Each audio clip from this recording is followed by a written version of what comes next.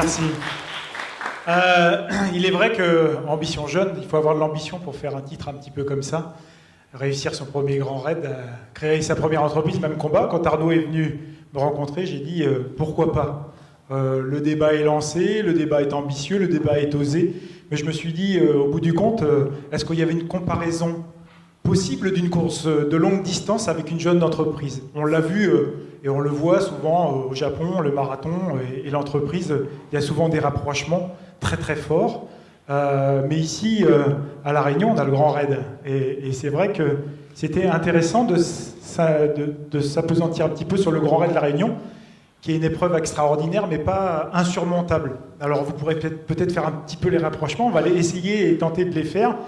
Je n'ai pas énormément de temps et je suis bavard, donc je vais essayer de vous présenter ça au plus vite. Alors, le Grand Raid de La Réunion, c'est une épreuve qui n'est pas insurmontable, mais quand même, il faut dire qui est longue, 173 km, vous voyez, 10 000 mètres de dénivelé positif et négatif, des sentiers techniques, beaucoup de microclimats, voilà, le sommeil, et l'épreuve entre 23 heures et 64 heures maximum pour la faire. En fait, ce qui est intéressant, c'est déjà de dire qu'il y a environ un participant qui arrive sur deux, c'est-à-dire il y a à peu près entre 40 et 50% d'abandon. Je ne vais pas dire que c'est la même chose en entreprise, parce que j'ai entendu les chiffres, des fois c'est impressionnant, il y a quand même un taux d'abandon et un taux d'échec, malheureusement. Mais c'est vrai que justement on peut trouver déjà un petit rapprochement, c'est une épreuve qui est dure, difficile, dans le temps, et il faut durer, et puis il faut s'y préparer. Alors, l'homme est-il fait pour endurer de longues distances? Il y a aussi d'autres, vous voyez, il n'y a pas que le Grand Raid, on peut faire des épreuves super dures, 335 km, vous voyez, 24 000 mètres de dénivelé. Vous avez aussi une épreuve dans le désert, 609 km, et aussi une épreuve dans l'Arctique, vous voyez, 690 km. Alors, conclusion, l'homme est capable de faire de grandes choses. Vous voyez, on est capable de courir très longtemps, de faire de grands défis dans des conditions extrêmes. Alors, une question, la volonté est-elle une première entrée? À vous de me le dire. On va peut-être un petit peu aussi éplucher cette question. L'organisation de son projet, en tout cas, il doit être cependant réfléchi. C'est vrai qu'il faut bien réfléchir avant de se lancer dans ce genre d'aventure. Vous en conviendrez. Le jeune entrepreneur, alors, la différence, est-ce qu'il y a vraiment des différences ou des choses qui peuvent se rejoindre? Voilà, là, il a gagné, il a franchi la ligne d'arrivée. Mais c'est vrai que les premières années sont souvent un petit peu tout feu tout flamme, je pense. Et puis après, on commence à avoir des difficultés. Nous, dans le terme de l'ultra-trail, on appelle ça des défaillances. Et les défaillances, il faut gérer ces défaillances, en fait. C'est vraiment le principal obstacle. Vous allez certainement avoir des imprévus et que vous allez traverser, et puis ça peut vous déstabiliser.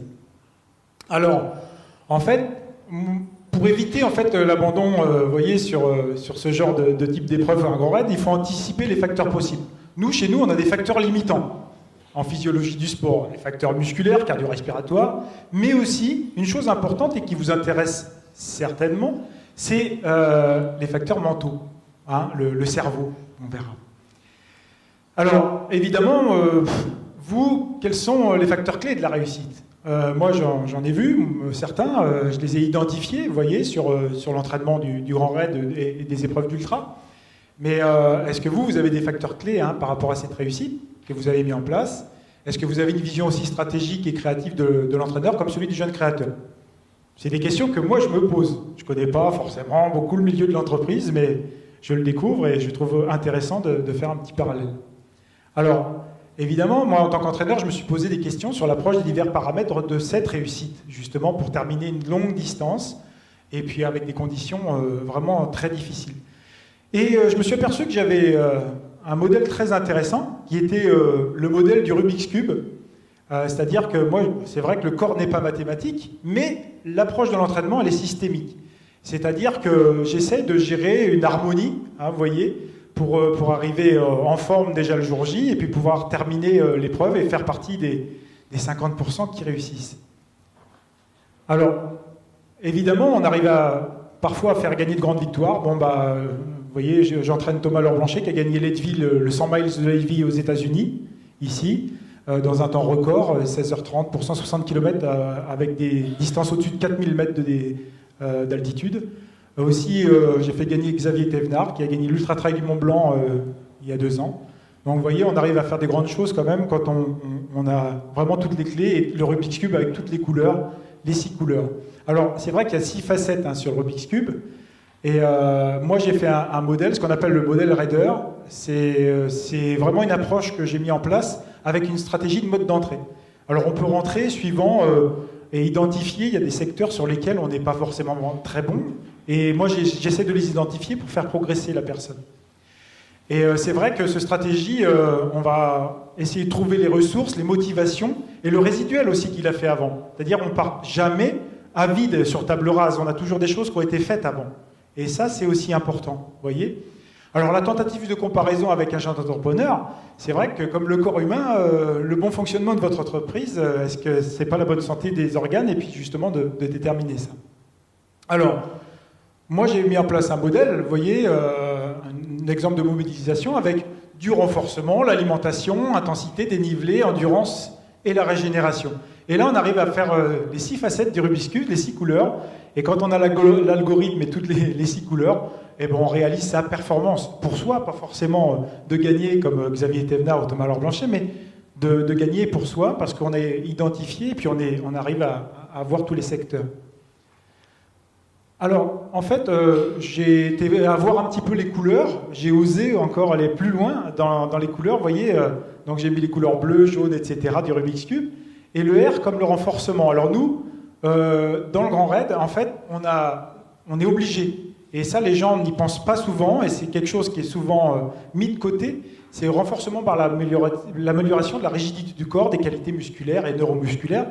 C'est-à-dire qu'il y a un gros travail de posture, un gros travail de renforcement pour aller dans les sentiers, parce que c'est extrêmement traumatisant, et les gens l'oublient, il faut quand même avoir une corpulence, voilà, qui permette d'aller dans les sentiers, et ce qu'on appelle, nous, la notion de force. Donc on fait un travail de renforcement musculaire.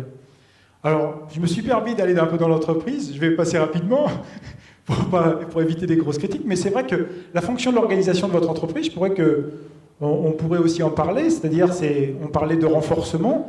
Est-ce que vous avez aussi, voyez, une structure assez solide pour démarrer, je pense, en tant que jeune entrepreneur. Je pense que c'est des questions que moi je peux me poser si j'avais à créer une entreprise. Est-ce que la structure elle est solide? Ensuite, j'ai été sur la deuxième facette, comme alimentation. C'est primordial dans l'ultra trail parce qu'il faut s'alimenter dans la course aussi. Et il y a souvent des problèmes, des abandons, 30-40% d'abandons sont dus à des problèmes d'alimentation et aussi une mauvaise hygiène dans la vie courante. Et il est vrai que dans le Grand Raid, il faut voir par une adaptation quotidienne, gestion des ressources énergétiques aussi, avant, pendant et après l'effort. C'est très très complexe, on pourrait en parler pendant des jours. Et on fait d'ailleurs des conférences là-dessus. Et c'est vrai qu'on ne gagne pas forcément avec une bonne gestion de son alimentation. Par contre, on peut tout perdre si on a une mauvaise gestion. Et ça, c'est des choses qui sont importantes. Alors, c'est vrai que dans l'entreprise, je pense que quelle que soit l'activité, l'entreprise, le chef d'entreprise, doit conserver un équilibre personnel. Et je pense que c'est aussi les prémices à un bon pilotage. Moi, je dis, et je suis prof d'éducation physique, et physiquement éduquer les gens, l'outil, c'est le corps, et je pense qu'il faut apprendre à le ménager et à le respecter. Donc peut-être qu'une pratique sportive, un respect de son rythme biologique, et surtout son alimentation dans ce secteur-là, sont garants d'une grande performance mentale et physique. Parce qu'il faut savoir que l'alimentation, c'est aussi, comme par exemple je le fais ce matin, c'est une gestion du stress. Aussi, l'alimentation, elle va déterminer aussi des facteurs sur votre corps et sur votre façon d'agir. Alors, moi je dis attention aussi au régime miracle. Il y a beaucoup de choses qu'on vous dit, et même dans le sport, dans tous les sports, il faut adapter selon et individualiser selon votre corpulence et vos désirs évidemment. Parce que vous voyez, par exemple, on peut faire des régimes comme ça, et seulement en 2 semaines, Robert il a juste perdu ses lunettes.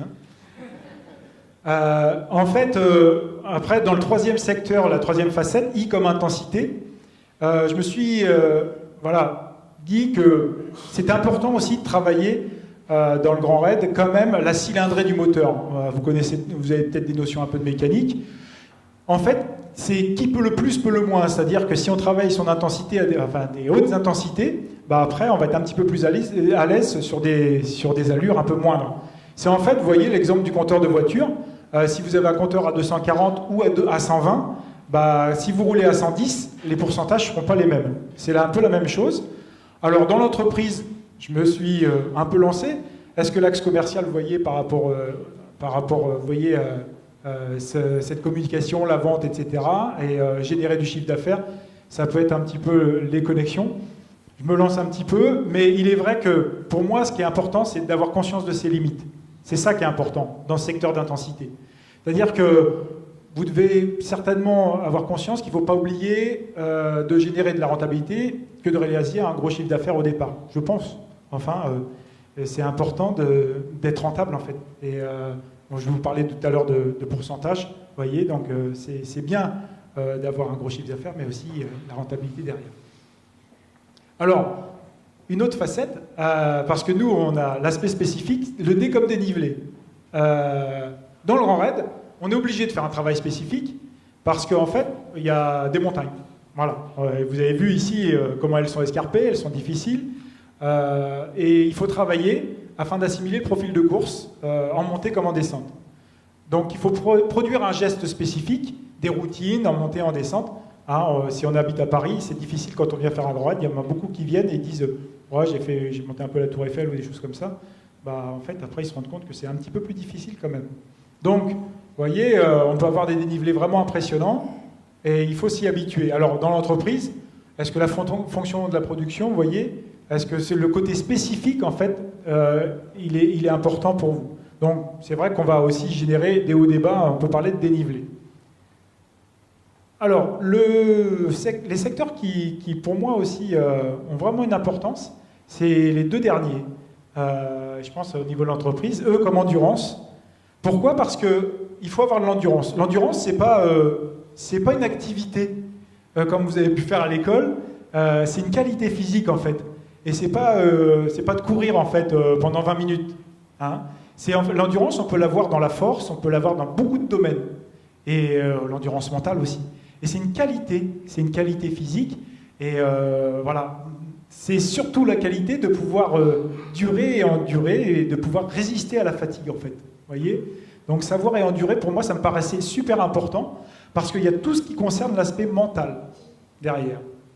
Et en fait, durer dans le temps, c'est chercher l'efficience, c'est l'efficacité, l'économie, vous voyez, en courant. Il faut être économique sur une longue distance. Vous avez vu, ils font 600 km. Si vous partez à fond, je pense qu'il y a des soucis. Donc, durer dans le temps, premièrement. Et moi, ce qui me paraissait aussi intéressant dans cette endurance, c'est d'endurer par le mental. C'est-à-dire qu'on a oublié que les critères fondamentaux en travail sont les ressources mentales. Et doivent être mises en œuvre pour endurer dans la course. Hein. C'est-à-dire qu'on dit, oui, c'est le mental qui gouverne. Ils ont fait juste une petite expérience en aparté, c'est qu'ils ont fait une expérience après le 160 km de l'ultra-trail du Mont Blanc, et ils ont mesuré la force avant de la jambe, et la force après l'épreuve, après les 160 km, la personne a fini. Et en fait, vous allez deviner, mais la personne, elle a pratiquement la même force avant et après la course dans la jambe. Ça veut dire, qu'est-ce qui fatigue? Ce sont les connexions. Ce sont les connexions, en fait, qui sont envoyées à la jambe, à la force, c'est-à-dire que les connexions du cerveau, c'est le cerveau qui a commandé de diminuer les connexions pour la force, pour se préserver. Donc ça veut dire que certains arrivent à exploiter davantage cet aspect mental et à surmonter, quand on dit on a de la volonté, etc., c'est qu'en fait, il y a des connexions qui sont faites et on peut, nous, se limiter. C'est-à-dire qu'on voit des gens qui arrivent à faire des exploits extraordinaires ou des choses extraordinaires à soulever, comme cet enfant son père était bloqué sous une voiture, et il avait réussi à le soulever, à soulever pratiquement la voiture avec la volonté et l'énergie, voyez, par rapport à cette commande. Donc on peut arriver quand même, et là c'est les recherches actuelles sur le cerveau, à pouvoir, voyez, à gérer aussi cette volonté, mais aussi à gérer la douleur. Alors, dans l'entreprise, savoir durer et endurer, est-ce qu'il faut chercher justement à chercher la rentabilité et l'efficience? Ce sont des questionnements. En tout cas, je pense que pour vous, qui créez des jeunes entreprises, il va falloir essayer de chercher d'être endurant et d'avoir un effort de longue haleine, je pense, hein, parce qu'il y a du boulot. Et il faut justement travailler cette endurance. Le dernier, c'est aussi un secteur important et intéressant, c'est la régénération. Et la régénération, elle est essentielle. Vous allez vous retrouver un peu, mais c'est se donner des plages de récupération. De déconnecter avec la pratique, parce que c'est nécessaire. Et on voit des gens qui sont ici dépendants. On peut le retrouver dans l'entreprise, je pense. Hein. Et voir l'addiction. Alors la dépendance, moi je suis dépendant à la course à pied, je le dis, je l'annonce et j'en suis fier. Par contre, l'addiction, c'est beaucoup plus grave parce qu'on fait abstraction de tout ce qui existe autour de nous. La vie de famille, personnellement, quand on fait du sport, c'est la vie professionnelle. Et quand on fait peut-être une vie professionnelle addicte, on oublie aussi peut-être qu'on peut faire du sport et la vie de famille.